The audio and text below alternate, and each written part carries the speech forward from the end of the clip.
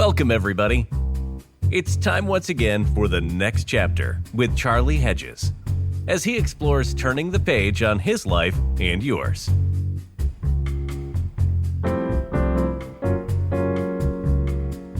Hi there all, and welcome to the next chapter with Charlie. I want to tell you, we have a special guest today with Becca Eve Young. Becca is a former corporate strategist turned soulful storyteller and devoted, quite simply, to the art of becoming. Her debut book, It's Gonna Get Messy, check this out, has received brilliant reviews on Amazon. It's received like 98% of the ratings have been 5-star ratings, and that is unique.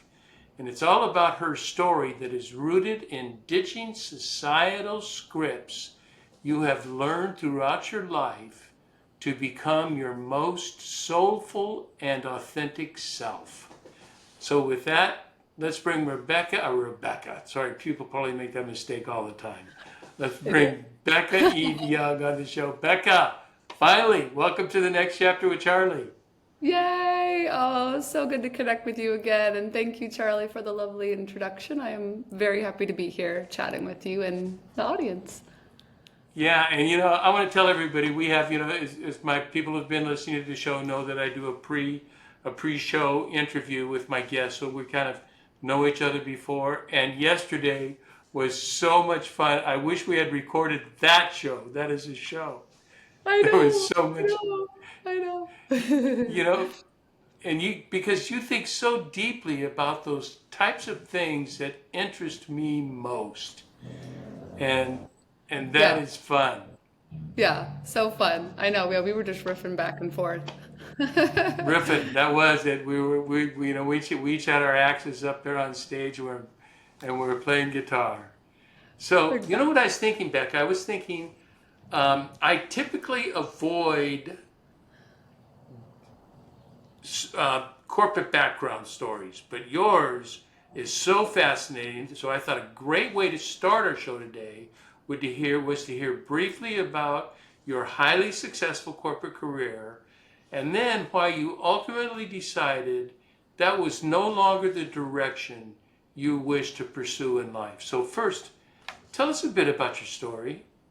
Yeah, sure. I mean, it's not an, as you were saying, it's not an unfamiliar story, right? It's doing all the societal shoulds, right? So I went to college.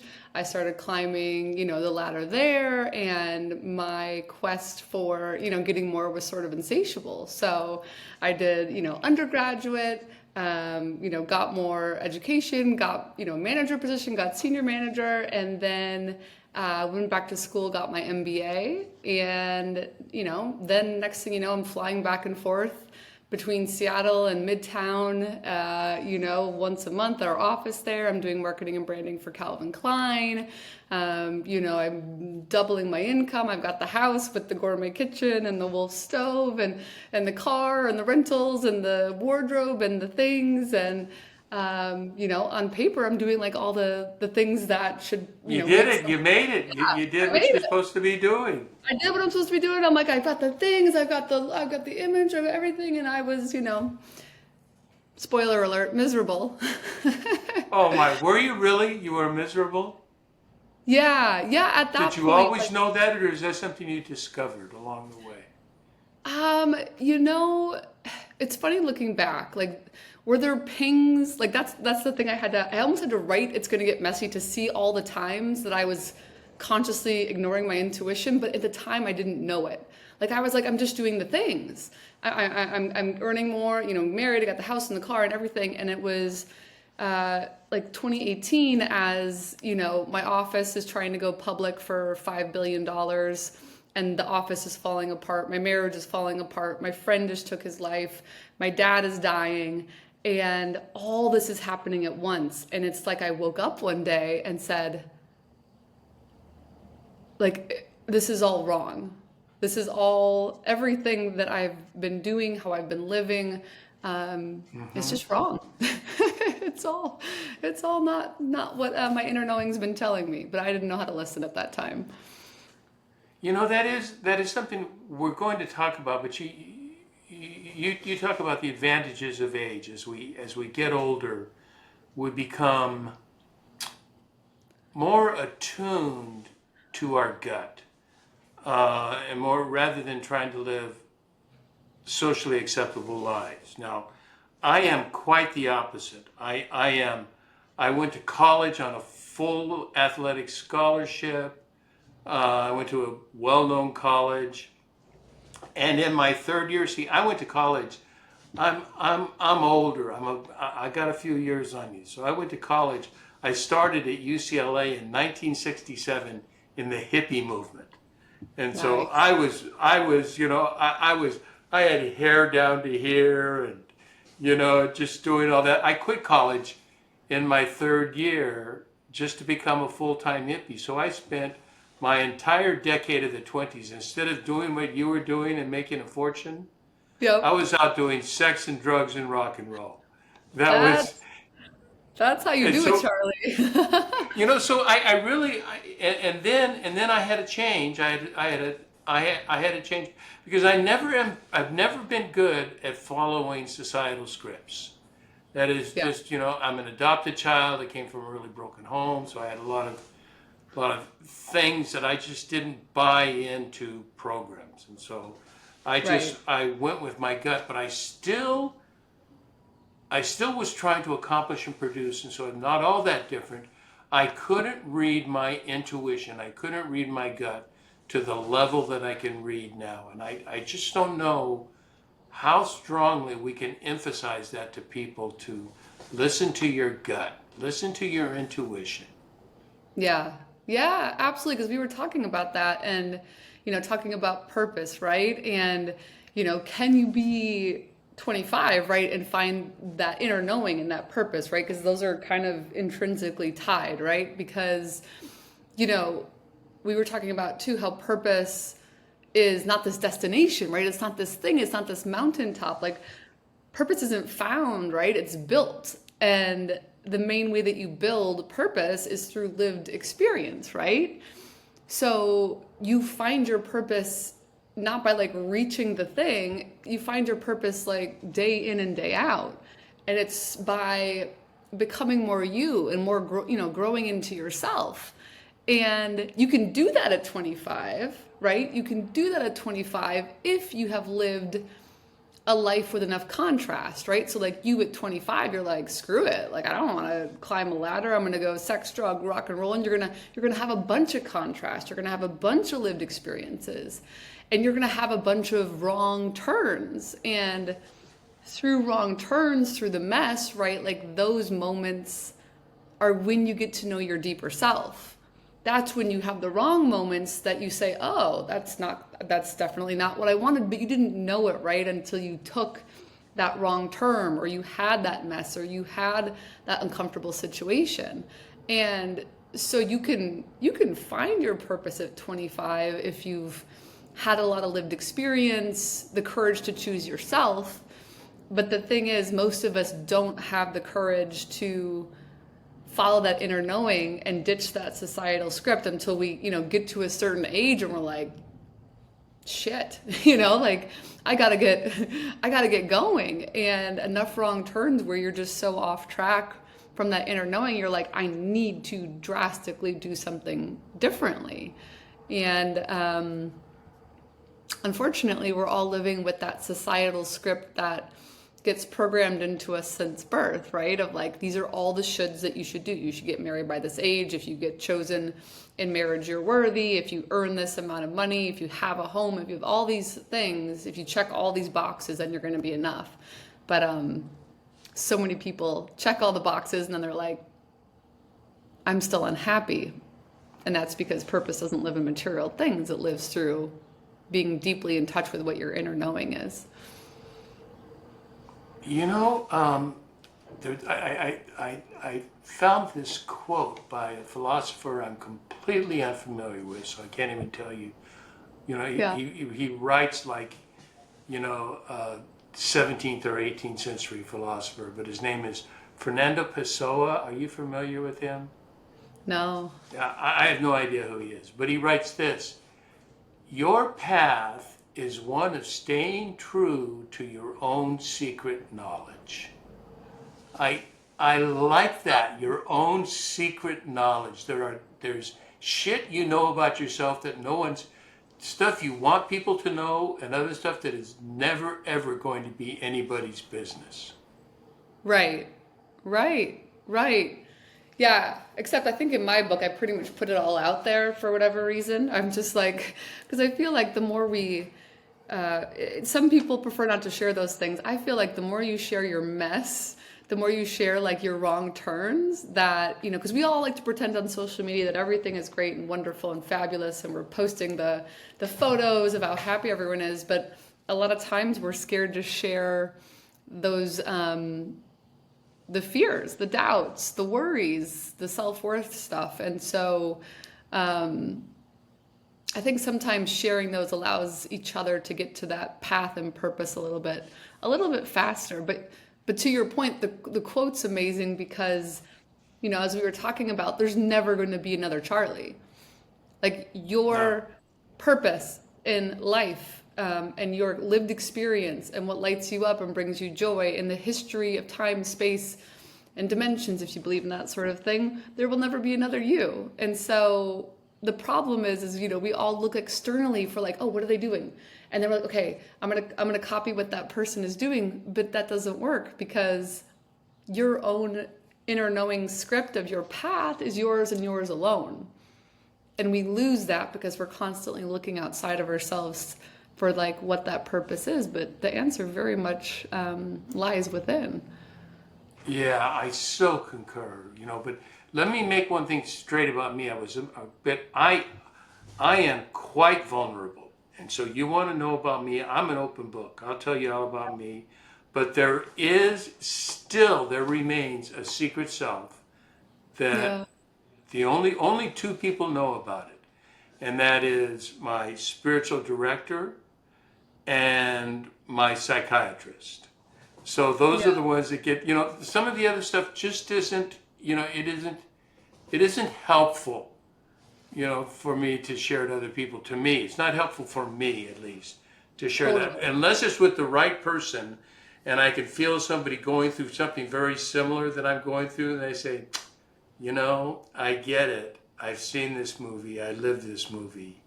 But you're so right about sharing. You're so right about, because that is part of that's part of meaning that you understand it. You've you've you've identified it for yourself, and you're talking about, you talk about identifying. Let me get it because I wrote it down somewhere. Let me see if I can get this. You talk about identity shifts that we need to include, and that we have societal scripts, but we need to do identity shifts that move from the societal script to our personal script. Becca, how in the world do we figure out what those are? Yeah, yeah. Oh, isn't that the question? That is the question. That's what I figured. I've asked that. My listeners are going to say, Charlie, another episode on purpose. Yes, because we still have not covered it. We still have Yeah. not hit the bottom line, and Becca's going to take us on a new path. Well, as we spoke about yesterday, it's funny how unaware we all are of how much, that programming, even when you go right into the school system from a little kid of like, this is the history, this is, 2 + 2 is 4. This is like you get the image of what success is.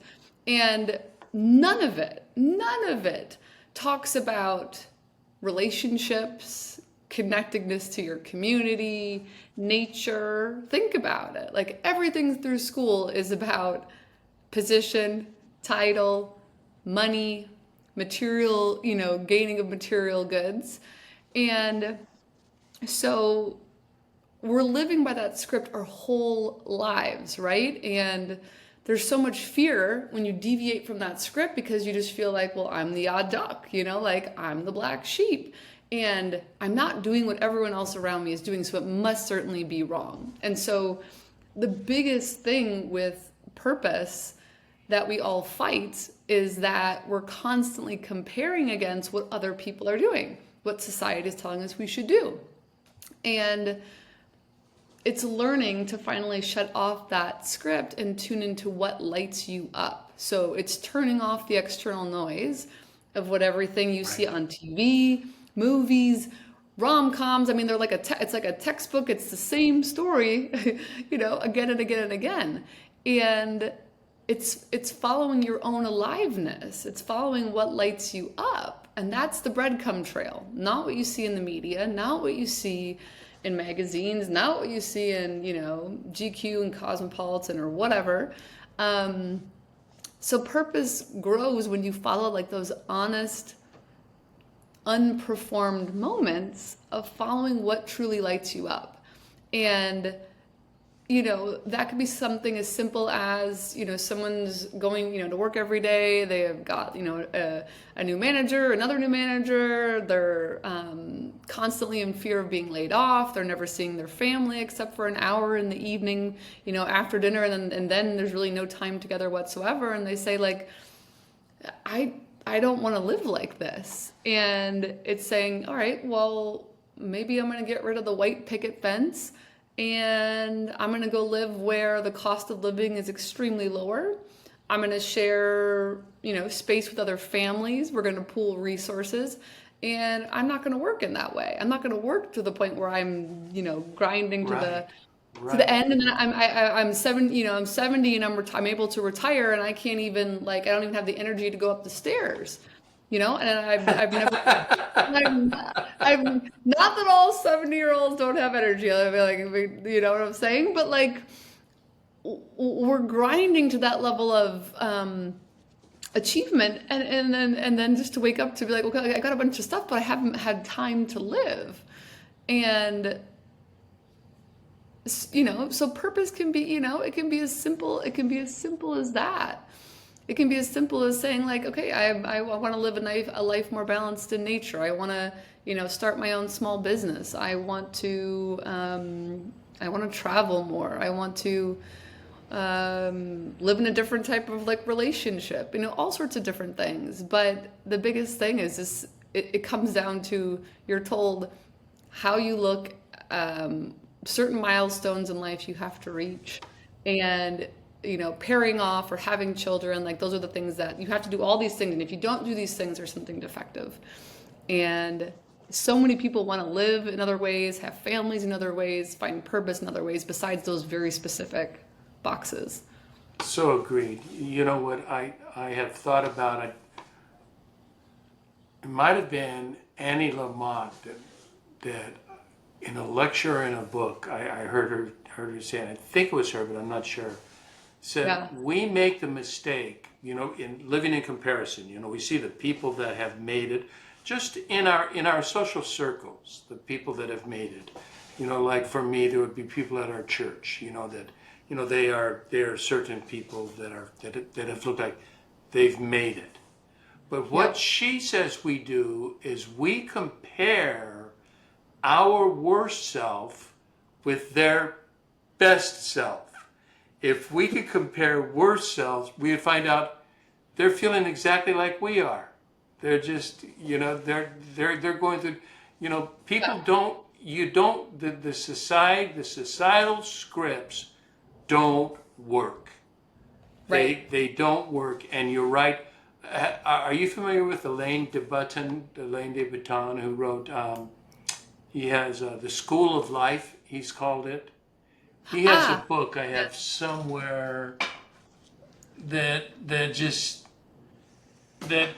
talks lessons, it's just lessons that they failed to teach us in school. Right. And it's lessons about relationships and emotions and how we deal with people. And we don't learn that in school. We learn all this data oriented. To me, it's almost like before they teach us anything, they should teach us to read poetry. Exactly. Poetry, time in nature, connecting to those around you. Yes. It's funny how many celebrities and quote unquote people who have made it. Like before, it was pretty much taboo to say like, okay, I suffer from self-doubt and I worry about my worthiness and I'm miserable. But more and more and more people who are in those positions are saying like, I have made it. You know, I'm a rock star. I'm a multimillionaire. You know, I just acquired a company for $300 million and I'm miserable. Like, so more and more are just saying like, okay, the definition of making it is not a condition of happiness and it's not a condition of feeling fulfilled. And I love that the people What is a condition of happiness and being fulfilled? being in alignment with your purpose. That's it. When you're living in a way that really like you've become the person that your little inner knowing, that little light that we all carry within us, you're living in a way that's in full alignment with that is fulfillment. That is living in alignment with what your purpose is. And that unfolds every day. But fulfillment is living from that space and not performing for what you think people outside of you think is making it. And it's connecting back to community, love, nature, and the simple things in life, the things that, you know, bring us all joy. You know, a beautiful sunset, a good meal. I did quite a bit of work in Africa, drilling water wells in poor communities, and Yeah. we provided water for, you know, over 1 million people, like 1.5 million people. And so I would work in these poor communities, and when we're talking poverty, we're talking people that, you know, they don't have food, but you know, the big thing they live by is community. If Yeah. I have food, I share it with my neighbor. You know, even if Yeah. I have a little food, I'm going to share a little food. And Yeah. these poor people are happier than the majority of people I find in where I live in the Orange County bubble in Southern California. Yeah. That they have, you know, they're just comfortable beings living simple lives, loving each other, taking care of the community, loving their children. Right. Right. It's just, Right. It's, I mean, it's true. So part of the reason why, because I was in Portland before the pandemic, and part of the book is going from Portland, and I'm now in Baja California Sur, Mexico. Part of the reason I came back to Mexico is because so much of the societal script here is about community. It's about caring for your neighbor. It's about living to work and not working to live. When I came back to Portland and right after I ended up having to quarantine in Mexico because I got stranded abroad by my company. Fun. But after I spent time here alone and I went back in August of 2020, I got off the plane, I looked, and the city of Portland was a disaster. The downtown was boarded up. There was graffiti everywhere. There was homeless everywhere. There were people in the streets doing drugs, and I won't even tell you all the things. And I was like, this is not it. And in Mexico, I can tell you it's sunny right now. It's 82 degrees, and there's not a single homeless person in the street. And do you know why that is, Charlie? I can guess, but you tell me. Because there's a sense of community here. Like Right? everyone takes care of their neighbor. There is no white picket fence. Like the thing that was the American dream of the white picket fence is literally separating yourself from your neighbor. Literally, like people, you know, people live in neighborhoods where they don't know the person next door or 5 houses down. I've never had a conversation with those people. I'm raising my hand. It's it's insanity. It's insanity. I mean, and so here people will earn money literally selling popcorn on the street or twirling the baton at the stoplights. People will come up to people in a restaurant and say, "Hey, I'm selling gum." They'll interrupt people at the middle of a dinner, and you know what happens at that table? Everyone opens up their purse, they stop speaking, and they give that person a little bit of money. Do you know what happened if that happened in Orange County? Someone interrupted your dinner to sell gum? You'd be arrested. Yeah. And not only that, you'd be looked down upon horridly. You'd be like, why are you Horribly. interrupting our dinner? Why are you in this space? I'm having my dinner. I don't want anything to do with you. But like that person, how you treat that person is a reflection upon yourself. And that person is no less worthy of, money or fulfillment or like a good meal. They're not separate from you. And that's also where, purpose and that inner knowing remembrance is that we're all interconnected on a much deeper spiritual level and a creation level. And we've forgotten a lot of that. We're all like, my God is the right God, and don't get me Oh my started on God. You that. tell me this, Literally.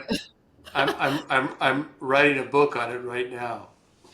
Yeah, On yeah, that that's very what. thing, I am, my personal theological basis is Christian. I'm very strongly Christian, Yeah, but I do enough world travel. I've been maybe 40 countries, yeah, but I have come to realize it is really, it is, it is a cultural belief, like it or not. People in the church, dogmatic in the church, and I went to seminary. I've studied Greek and Hebrew and studied the text very deeply, so I can go down deep and stay down long with them. yeah, But it is, they don't want to admit it, but it is a cultural thing. And it does not fit, especially my time that I've been spending in the East, in Japan and Korea, South Korea, and yeah, Taiwan and Hong Kong. It's a whole different way of thinking, and it's a whole, it's just, and that doesn't mean they're wrong. It means it's different. And I'm looking at in this book, I'm looking at what's called, I've been told I shouldn't use these theological terms, but orthodoxy versus orthopraxy. And orthodoxy is doctrine. It's ortho doctrine. And orthopraxy is your practice. How do you live out your faith? How do you live that? And I've compared Islamic Sufis, Indian sadhus, and Buddhists from one sect of Buddhism that's called Mahayana Buddhism, and sort of their Buddha is Bodhisattva. And yeah, I've compared, and I've studied. I have a conversational AI. It's not Chat GPT. It's one where I can have deep intellectual conversations with it. And so I said, what are the similarities between these four practices, these four beliefs, and their practices, their ortho practices, their right. orthopraxy? And Becca, they're almost identical. They're almost identical. It's about knowing your inner self. It's about trusting your inner self. It's about the one thing that they all have in similar that's theological. It's a desire to become intimate with the divine. Right. However you define the divine, it is to become intimate with the divine. It Right. reminds me of that beautiful story. Do you remember the movie with Jodie Foster, Contact? When she made contact, and she was the scientist that was supposed to go. She's going to go to another dimension, Yeah. and she's going to get to see her father. And she Yeah. goes through this. They do this beautiful setting piece of as she's traveling, doing this time travel or dimension travel, all these colors and all this beauty. And her quote, I'll never forget her quote, she said, "They sent the wrong person. They should have sent a poet Yeah. who could describe, instead of a scientist, they should have Yeah. sent a poet." And that is what maybe we ought to strive more, and rather than being scientists and being post-enlightenment thinkers and trying to prove everything, is to be poets and to Yeah. enjoy and experience. I Yeah. just have an Yeah. adage, and I'll close this little diatribe with, I found this adage on my trip, and it said, I no longer take vacations to sightsee. Instead, I do the same time expenditure. I spend the same amount of time, but I don't take vacations. I take pilgrimages, not to sightsee, but to experience wonder. And if that's what we lived our life by, to Right. experience wonder, not to sightsee, not to go up the laundry list and step ladder, but to see wonder and to see, and for me, to see the divine and all of that is Yeah. beauty. And there's just beauty in the divine. Just, it's pure, Absolutely. my book is called A History of Love. And it's just all about love in the world. Right. Absolutely. Oh man, Charlie, there's so many things that I want to say on that because first off, you gave me chills on the reference to Contact because that is the movie that I reference in my book of how my dad came to me because in that Oh my, moment, I can see that. Can you the tell us? Can you tell us that story? Do you mind telling us that story? yeah, because I mean, like I'm Is like of that too all the movies. private? No, of all the, I mean, I mean, that's the whole heart of the book, right? Is that moment. And I can't believe you chose that movie because that is the movie. Uh, And do you remember the line? They sent the wrong person. They should have sent a poet.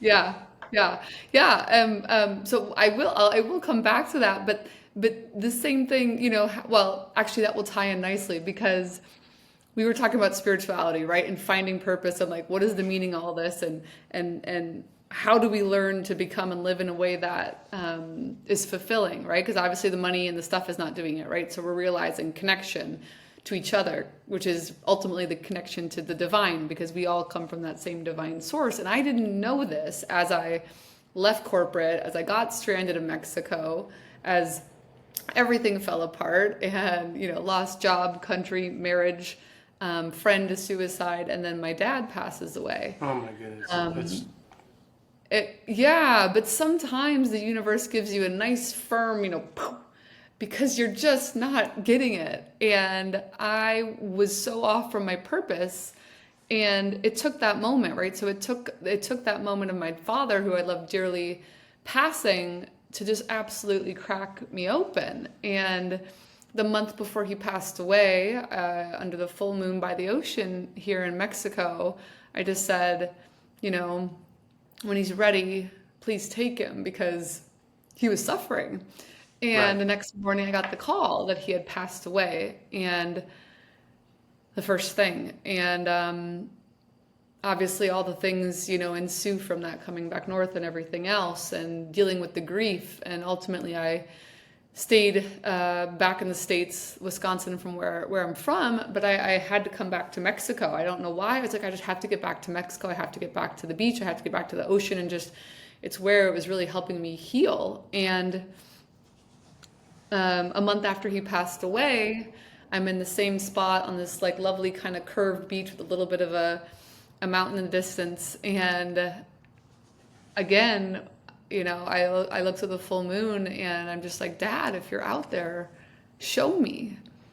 And he came to me. He came to me and I literally felt his presence. I felt his touch.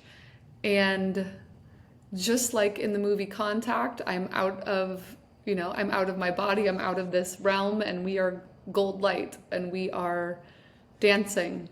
And I am in the place we all come from and where we all go to, where it's just infinite, infinite love, and there is no time, space, anything, and all is, and everything is perfect and joy and amazing. And he's gold light and I'm gold light, and I'm like, Dad, is this what we are?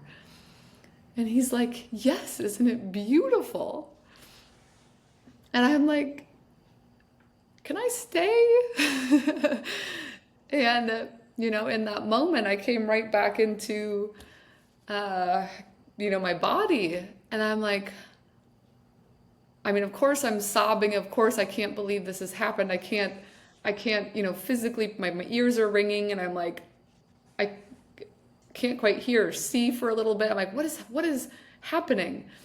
And it's that moment that changed, obviously, my life forever. But that's where I went on the path to figure out the divine. And that's through a whole series of, messes and learning. But what you're saying, and what we all need to remember, is that, religions are just made up, brands of different things that are saying the exact same thing, and every single one of them is right, but they're made to divide us. They're made to divide us as a society and forget our oneness of where we all come from, which is the same divine spark with, I know now from my experience, with 100% certainty. And I feel like my purpose is just helping people remember that. Helping Yeah. remember that. The only thing I might alter a little bit in that, I don't think the ideology was made to divide us. I think the people, the religious people that took charge of that, divide us. Say, if you don't That's a believe good, that. But I yeah, don't, I think, the difference between ideas or the way the divine has come to you is intended for division. I think it's right, intended for unity, right, but the preachers of the world right, want exclusivism right. instead of inclusivism. Exactly. That's a great point. Yeah, the monotheism of like, oh, I have found the correct God, and like your God is not correct. It's like, no, that's It's all that's bullshit. that's Yeah. such bullshit. It's complete bullshit. And those people who wanted power to say, I'm the right one, this is the chosen path. Yeah, that's the bullshit piece. Because you're right, all of them are expression. They're all the ways that they have found the divine, and that's beautiful. But it's where we divide and say, like, you or I are, one of us is worthy of going to heaven and one of us is not. That's just, what kind of God would say that? What kind of Yeah. God would say, you, my beautiful creation, you are going to come, but you can't? It's, For me, they're very cultural, and yeah, they're designed. Buddhism is designed for the East. right, Islam is designed for the Persian area. right, Christianity, although it came from the East, is designed now, has become designed for the West. right. And so there's cultural activities in there that are coming to fruition, but the Yeah, heart of yeah, the heart of it is the heart of it is, you use the word, the heart is love. right. The heart is love. I took It Oh no, is. you're going to say something. Go ahead. I want to hear what you're Well, going to say. yeah, no, I mean, the heart of it is love. And you're right, that those cultural, but unfortunately they've become those cultural divides, right? And They that's have. what They and have. that's what someone looks at someone else, oh, those are your beliefs. Well, then we're just not gonna see eye to eye, are we? Because you believe in this and I believe in this. But again, it's like 18 layers of different, definitions and beliefs and scripts that are keeping us from that one true love knowing. And I think it's a beautiful time though, because so many people I think are remembering this and choosing differently, right? Choosing to see others with a lot more love and openness instead of separateness and division. Because I don't think there's like really any other way at this point. I had a realization. I had a realization in Hong Kong, and it was walking the shopping streets. My wife likes to shop, and I am not one saying this is a male thing or this is a female thing. I don't believe in those categories. Although Yeah, I think shopping falls into that category. I hate to say it, but it is much more of a woman thing than it is a man thing. But I go along. I will go with her and I will support her. And I have a good eye if she's buying clothes. I have a good eye for clothes. So, yeah, I'll say right away, that's it, buy that. Then she'll say, yeah, well, I need to look around. And, 20 minutes later, she comes back and buys what I said we should have bought in the first 2 minutes. right. But I made this during shopping. I made this observation that our cultures are so different, and then I just started thinking of cultures internationally and how different we are, and the route to relationship can be fraught with a lot of crooked lines, following these different cultural ways. Except for one thing, Becca, There's one thing that's a straight line that everybody gets. I've yet to see a culture that does not honor this one line, and that is kindness. Mm. Kindness. I see people responding to kindness no matter the culture. A smile in the East. I love the bow when you meet somebody or do something, or for a Yeah, number of different reasons. I love that. And that's just expressions of kindness. But it's a yeah, straight line. It's a straight line. And it is the one thing that crosses all religions, all cultures, crosses everything. And I've yeah, not gone public with this yet, so I'm curious what you think about that. I just wrote a blog on it, but that kindness yeah, is universal. But yeah. what do you think Absolutely. about that?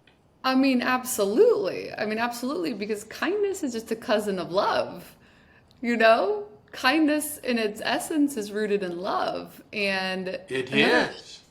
another human, whether you're using, language or not, when someone does that bow or opens the door for you or gives you a smile, there's a there's an energetic frequency to that, right? And it's unmistakable. And that frequency, the energy of that act, of that kindness is love. And we know that. We know that innately, and we don't have to remember it. We don't have to be societally programmed for that. When a baby comes into the world and you smile at it and it giggles and you giggle back, no one has to explain that to you. Yeah, yeah, yeah, precisely, No one precisely. has to say, but no one know what that baby though, who's smiling and laughing at you, does not know. Like, well, if you're not married by 30, baby, you're not good enough. Oh, and baby, if you weigh like a little bit over 150, baby, no, like no, you're not worthy, baby. And oh, if you don't own a home, baby, like none of these things occur to the baby. These are all programmed into the baby. The baby comes in knowing full well and good that they are love, that other humans are love, and it's only programmed in that anything else is, not worthy in them because they come in completely knowing that out of the gate. Yeah, and then part of that, when we appreciate those unique gifts of that baby, as that baby grows into childhood and and advanced childhood and adulthood, they become appreciated for who they are. And if they are different, God bless the moms and dads that appreciate the different children, the Yeah, ones who have gifts that are not socially on the social high end chart, but yeah, they are uniquely gifted, and those are where you find your great artists. right. The difference makers in the world are appreciated for their uniqueness, but they need to be appreciated.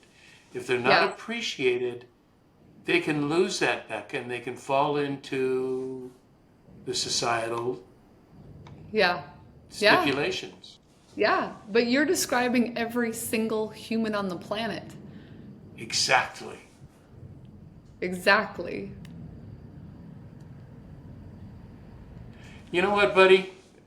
We could we could go on, but I'm thinking we just kind of covered what we need to cover. You are amazing. I I Oh, I I feel the wish same I way about wish you. you lived in Orange County or I lived in Mexico, and we could hang out and you could drink margaritas and I would drink sparkling water since I'm an alcoholic and not allowed to drink. Although a margarita sounds great, but it's been several years. But it would Yeah. be fun chatting. We could Oh have my gosh. deep chats. Absolutely. Absolutely. But I mean, I, yeah. I mean, that is it though, right? Every single one of us is that artist. Every single one of us is in that process of remembering that are each unique because you are an artist. I'm an artist. Every person listening has their own unique, beautiful qualities. And I think that's what we're all remembering. So, well, luckily there's planes, Charlie. You can always pop down here and I can always pop up there. It's not like you're in, Fiji or something. Yeah, it's not like my Asia trip that today's the first day I got back 3 days ago, and today's the first day I have felt remotely okay. Yeah, Asia coming It's a back this way. 17 hour time difference, and Yeah, typically I'm not impacted by jet lag, but this one Asia's got me. Asia's brutal. Yeah, it took me 3 days. So you're you're on the end of it. I'm on the end of it. Yeah. Um, Becca Eve Young, you are the best. And I have written at the notes. I want to tell everybody now. Your book, it's going to get messy. You know, buy your book. It is really worthy. It is, and I'm not in the habit of recommending a whole lot of books like that, but yours is special, and I think hearing it come from the author makes it even more special. Yeah, thank you so much. Thanks, I really appreciate it. The contact piece though too. There's a part in the end where, yeah, yeah. It's a that movie is a precious part of that story and how it's kind of was always meant to be. Is it that? What a connection! What a Yeah, connection! yeah, yeah. Okay, let me close this out. Then hang on, I want to talk to you after the show. But I want to thank everybody for tuning into this next chapter with Charlie and our very special guest, Becca E. Young. And until next, this is Charlie Hedges signing off. Bye for now.